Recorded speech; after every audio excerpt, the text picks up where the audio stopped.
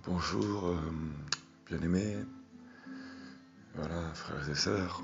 Alors, j'aimerais partager quelque chose. Alors, c'est pas un verset précis que je vais partager. De toute façon, il va falloir que je partage plusieurs passages, de toute façon. Mais on est dans des temps, donc, où, enfin, une époque, surtout, on est dans une époque, et cela depuis toujours, mais plus on avance, plus on approche du temps vraiment de l'enlèvement de l'Église, plus c'est flagrant, quoi, plus c'est vraiment, ça se voit, quoi, à l'œil nu. Voilà, beaucoup en fait croient en Yahushua Mashiach, Jésus-Christ. Beaucoup croient et ils entendent que celui qui croit, il a la vie éternelle. Et c'est d'ailleurs le message de l'Évangile. Pourtant, le message que Jean-Baptiste, Yohanan le Baptiste, donc, a partagé comme message prophétique, hein, parce que c'est ça qui prouve que c'était un prophète, c'est qu'il est venu à annoncer la bonne nouvelle avant pas la venue, mais voilà, la mise à nu du Mashiach, voilà, avant que vraiment qu'il se montre, qu'il se révèle lui-même, voilà. La bonne nouvelle, mais le message pourtant qui concordait avec la bonne nouvelle, voilà, qui lui avait été donnée par le Seigneur, c'était bien qu'il fallait que le peuple se repente. Donc il s'adressait premièrement des Juifs, donc des personnes qui avaient grandi donc avec la Torah. Voilà, à cette époque, les évangiles n'avaient pas encore été rédigés à cette époque-là. Les évangiles ont été rédigés bien après, bien après, même du temps de Paul, ça n'a pas encore été rédigé. Voilà. Enfin, du temps de Paul, je veux dire, bien après même la conversion de Paul, quoi, de l'apôtre Paul, voilà, de l'apôtre Pierre, bien après. Voilà, voilà, tout simplement. Et voilà. L'évangile, donc, ça reste un témoignage, avant toute chose. L'histoire de Yahushua, c'est un témoignage. Et ce qu'il nous demande donc, c'est de devenir donc des témoignages. Et hier, d'ailleurs, pendant que je lisais la parole, pendant que le Seigneur me faisait grâce de lire la parole, le Seigneur m'a fortement interpellé par un passage qui est vraiment fort, je trouve. Hein. Beaucoup, malheureusement, méprisent ce passage. Parce que on ignore, quoi, pas par méchanceté, mais parce qu'on ne prend pas conscience, en fait. On ne prend pas du tout conscience. C'est dans l'évangile de Jean. J'étais vraiment très interpellé par ce passage. Voilà.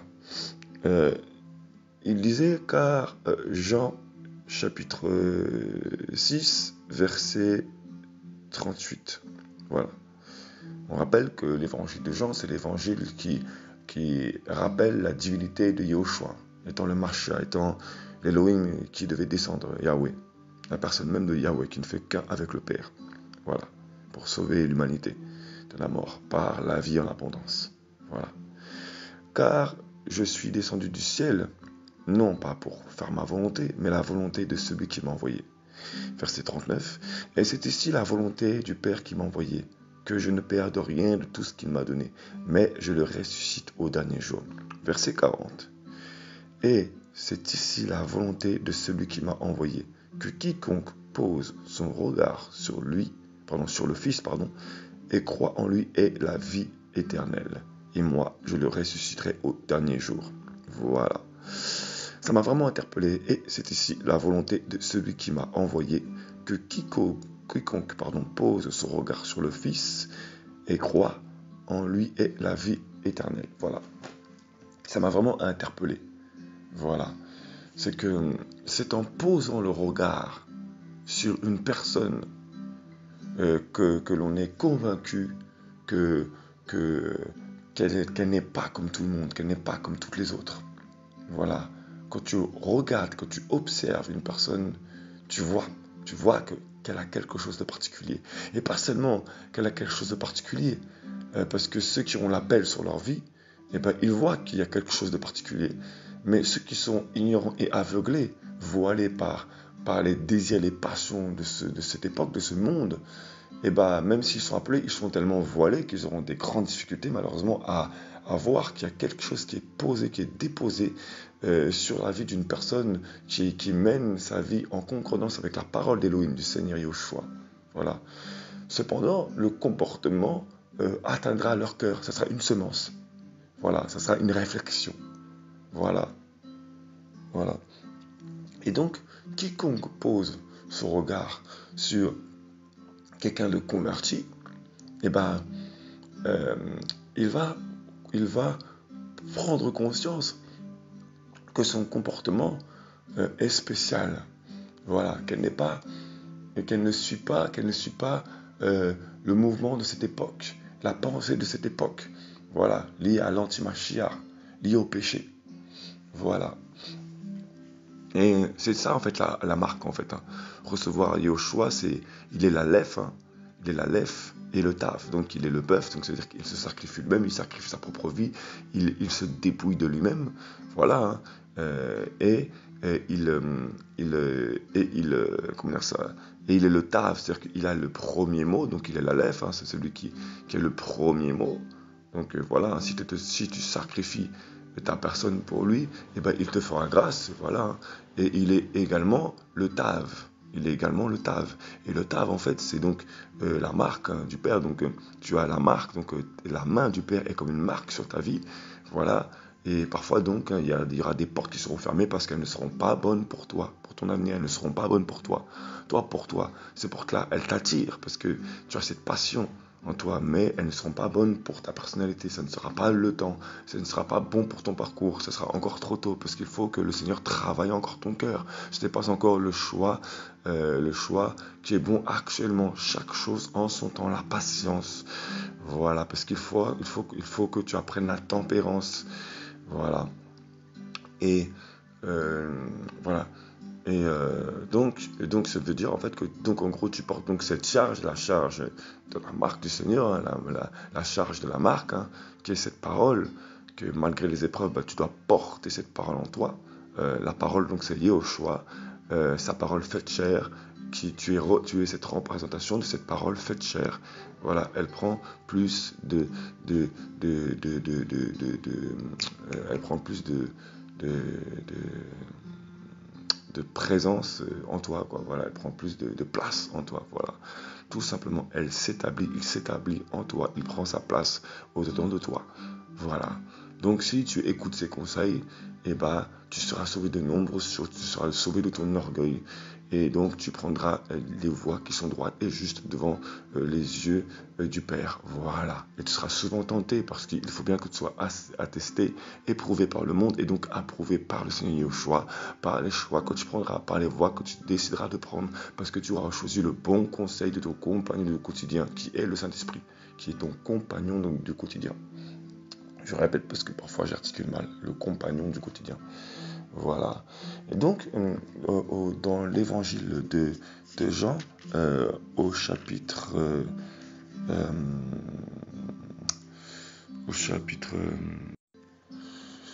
voilà, au chapitre 5, verset 24, il dit « Amen, Amen, je vous le dis, celui qui croit en ma parole, celui qui entend ma parole et croit à celui qui m'a envoyé, a la vie éternelle et ne vient pas en jugement, mais il est passé de la mort à la vie. » Voilà.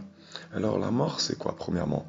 La mort, c'est donc le fait d'être ignorant, d'être voilé, parce que tu ne vois pas ce qui se passe autour de toi. Tu es mort parce qu'en fait, Yahushua, il vient pour t'amener la vie. C'est-à-dire qu'il vient pour te donner la vie, en fait. Voilà. Le prince de ce siècle, le prince de ce monde, il vient pour, pour te voiler de qui tu es. Voilà. Et Yahushua vient et lui, il te révèle qui tu es. Voilà, tout simplement. Donc en fait, lorsque tu vis ta vie, tu ne vis pas pour le Seigneur, mais tu vis ta vie. Et tu penses que tu vis ta vie. Mais en fait, en vivant ta vie, tu vis pour toi-même. Et tu vis pour toi-même et tu vas suivre le vent de ce monde, en fait. Le vent, le prince de l'air, tu vas le suivre. Tu vas suivre le mouvement de cette ère, de ce siècle. Voilà, tu vas le suivre. Voilà, parce qu'il y a le vent du prince de l'air, voilà, de ce siècle actuel, et il y a le vent du Saint-Esprit. Voilà. Et quand tu vas le suivre, lui, tu vas être à contre-courant. Mais toi, tu vas vouloir faire ta vie.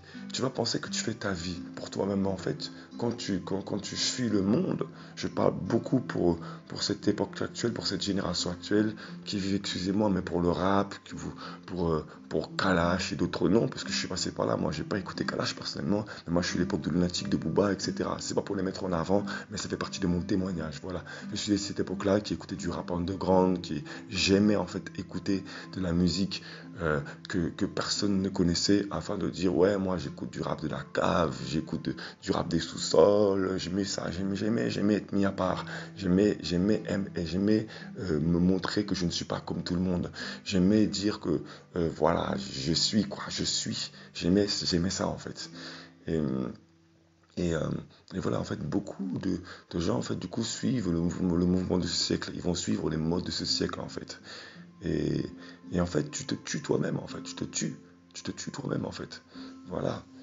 Et, et euh, voilà. Donc, en fait, tu penses que tu vas vivre pour toi-même. La vérité, c'est que oui, tu vis pour toi-même. Mais c'est le Seigneur qui t'a créé, donc tu dois vivre à la base pour lui. Voilà.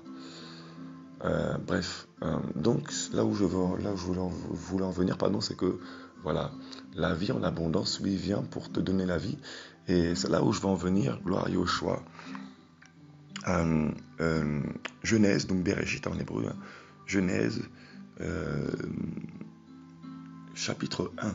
C'est un passage très important et très fort. Voilà, qui concorde d'ailleurs avec l'évangile de Jean, hein, au chapitre 1, premier verset. Euh, Au commencement, Elohim créa les cieux et la terre. Créa les cieux et la terre. Je ne sais pas s'il y a une illusion. La terre devint tohu et bohu. C'est les termes hébraïques, mais sinon c'est informe et vide. La ténèbre était sur la face de l'abîme. Voilà. Et l'esprit d'Elohim planait au-dessus des eaux. Voilà. Donc au commencement, Elohim créa les cieux et la terre. Donc voilà. Euh, La terre donc devint informe et vide, hein, pour ceux qui ne comprennent pas trop Tohu et Bohu, qui ne sont pas habitués. Voilà, voilà, en fait c'est nous en fait cette terre informe et vide parce qu'on ne sait pas où on va, on ne sait pas où on va. Voilà, on est déformé par ce siècle, par l'éducation. L'éducation nous déforme, nous apprend même qu'on choisit notre sexe, je veux dire bref, notre relation sexuelle ou notre choix sexuel qu'on le choisit, etc.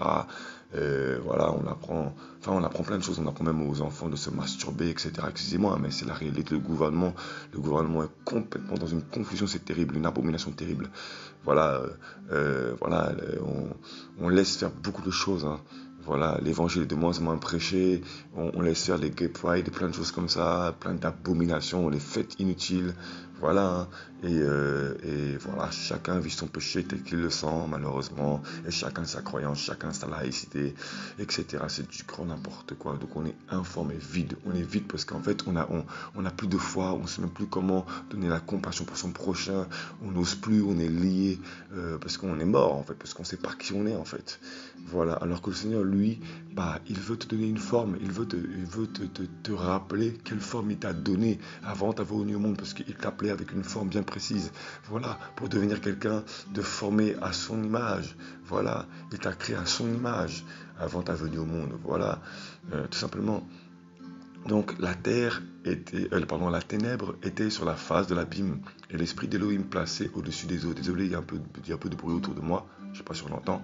Voilà, mais je sais que la parole doit être proclamée au nom de Yoshua, parce que tu dois être éclairé au nom de Yoshua.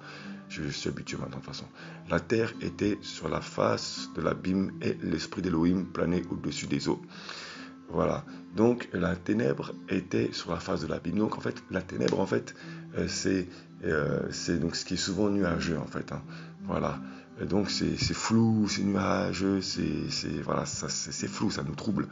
Et c'était sur la face de l'abîme. C'est-à-dire qu'au début, il y a un trouble. Mais après, en plus, il y a l'abîme. L'abîme, c'est ce qui est caché au fin fond de nous-mêmes. L'abîme, dans la Bible, c'est ce qui est en dessous donc, des eaux. Voilà. L'esprit d'Elohim planait au-dessus des eaux. Voilà. Elohim dit que la lumière apparaisse. Donc sa parole apparaisse. Et la lumière apparut. Et Elohim vit que la lumière était bonne. Et Elohim sépara la lumière d'avec les ténèbres. Donc premièrement, en fait, le Seigneur, donc, il enlève la ténèbre. Il enlève donc la ténèbre. Donc voilà, les ténèbres ou la ténèbre, ça dépend comment chacun le reçoit, mais là-bas c'est de la ténèbre, parce qu'il y a plusieurs ténèbres. Voilà, avant que la version actuelle que je lis de la Bible était comme ça, moi-même j'avais déjà compris ça, qu'il y a plusieurs ténèbres. Je me dis, s'il y a des ténèbres, la version que dans beaucoup d'autres versions, c'est que forcément il y a plusieurs types de ténèbres. Voilà, donc moi, ça me convient. Donc il sépare donc la lumière d'avec la ténèbre. Donc.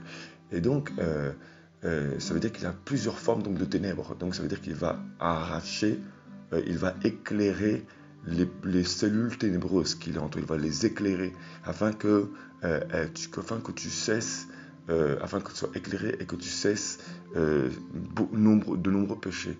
Voilà. Certains péchés seront encore là, mais ça vient du vieil homme, le dépouillement. Voilà. Voilà, ce sont des choses que tu gardes parce que tu ne sais pas, tu es ignorant. Voilà, mais il va t'éclairer sur les points les plus importants à ses yeux. Voilà. Elohim, verset 5, appela la lumière jour.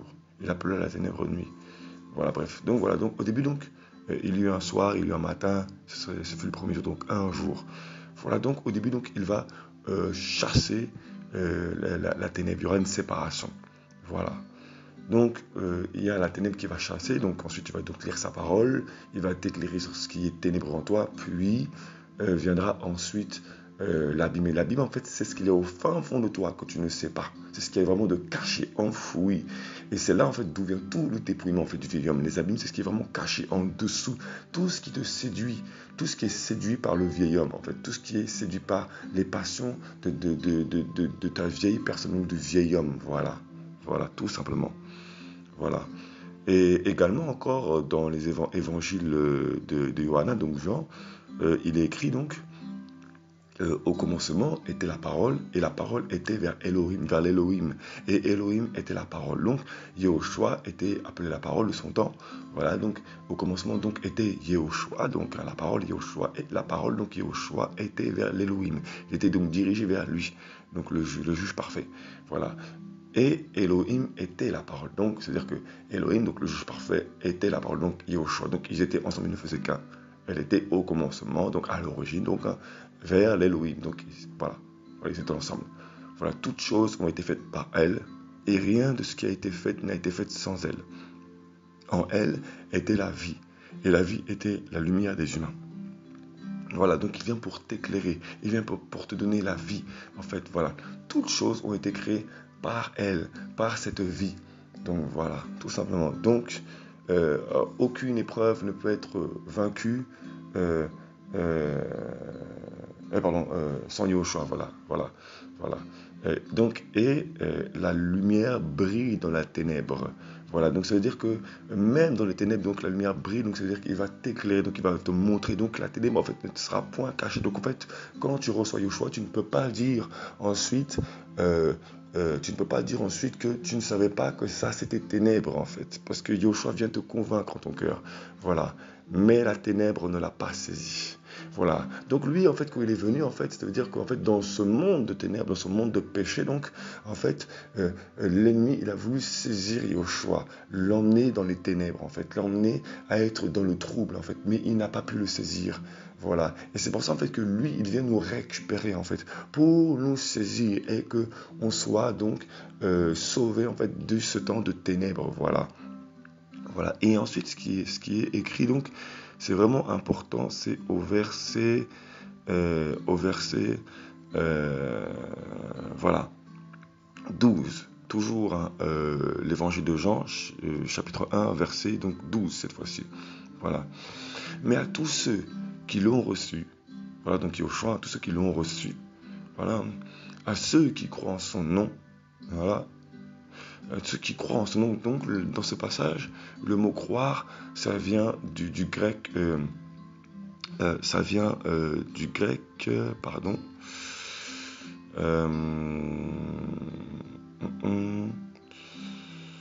Ça vient du grec. Voilà, merci Seigneur. Ça vient du grec pistio. Pistio. Voilà, phonétiquement, ça se dit pistio. Voilà. Donc, il signifie donc penser, être vrai, être persuadé de, donner du crédit, placer sa confiance. Voilà. Donc, c'est vraiment être persuadé. Au début, on pense que c'est vrai. Voilà, on réfléchit, on pense que c'est vrai. Mais ensuite, plus on grandit, plus notre foi grandit, plus ensuite on est persuadé parce qu'on commence à avoir une expérience. Donc, on donne du crédit. Donner du crédit, ça veut dire que on commence quand même à réfléchir, à se mettre en réflexion quand même de ce qu'on entend. Voilà. Donc ensuite, le mot pistis, lui, il est issu. Pardon, il signifie donc, voilà, conviction de la vérité de toute chose. Voilà, c'est une conviction vraiment. C'est une fidélité. On devient fidèle parce que vraiment on a reçu une expérience, on a une preuve certaine en nous-mêmes. Voilà, c'est les mots associés, donc c'est preuve certaine. C'est croire, conviction. C'est vraiment une conviction, c'est un engagement en fait là. Vraiment croire, c'est vraiment un engagement. Voilà. Et donc pistis vient de peito. Donc ça se dit donc pito. Phonétiquement, donc ça se dit pito. Voilà, donc dans le sens de persuader, être persuadé. Et ensuite, donc vu qu'on est persuadé, donc on est apaisé. Donc le Seigneur met en nous sa paix. Lorsqu'on croit, on a une expérience, donc on commence à recevoir la paix. D'où le fait d'être délivré. Quand on est délivré, on a la paix en nous.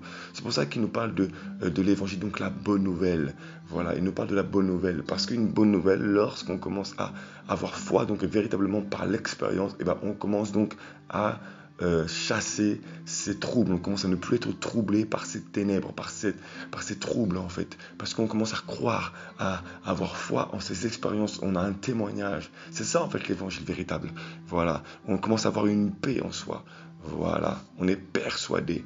Voilà, parce qu'on sait qu'il est fidèle, donc nous à notre tour on peut devenir fidèle, mais malheureusement on sera toujours infidèle parce qu'il y aura toujours des temps de raisonnement, mais par le temps bien évidemment le Seigneur met en nous plus de foi, plus de confiance, etc.